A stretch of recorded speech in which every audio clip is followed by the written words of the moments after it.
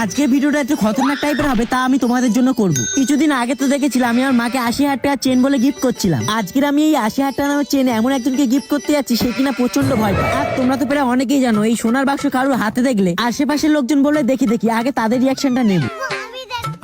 যাই না, সোনার চেন নিয়েছি আমি একটা মায়ের জন্য।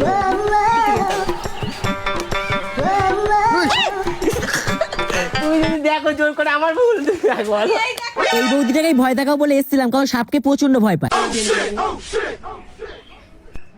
তুই এসব কেন আমি প্লিজ সরা প্লিজ সরা সরা সরা সরা তুষার সরা সরা কি রান্না করছে বলো? রান্না ডাল হবে তুই সরা না আমি কিন্তু হাতা কিন্তু চলে মারবো সরা তুই হারা কিন্তু ছাড় সরা ভাই আমার প্লিজ সরা সরা ভালো জিনিস কি আরে বাবা খারাপ দিন বৌদি জিজ্ঞেস করা, বৌদি খারাপ দিন হলে বৌদি কে দাঁড়িয়ে থাকতো।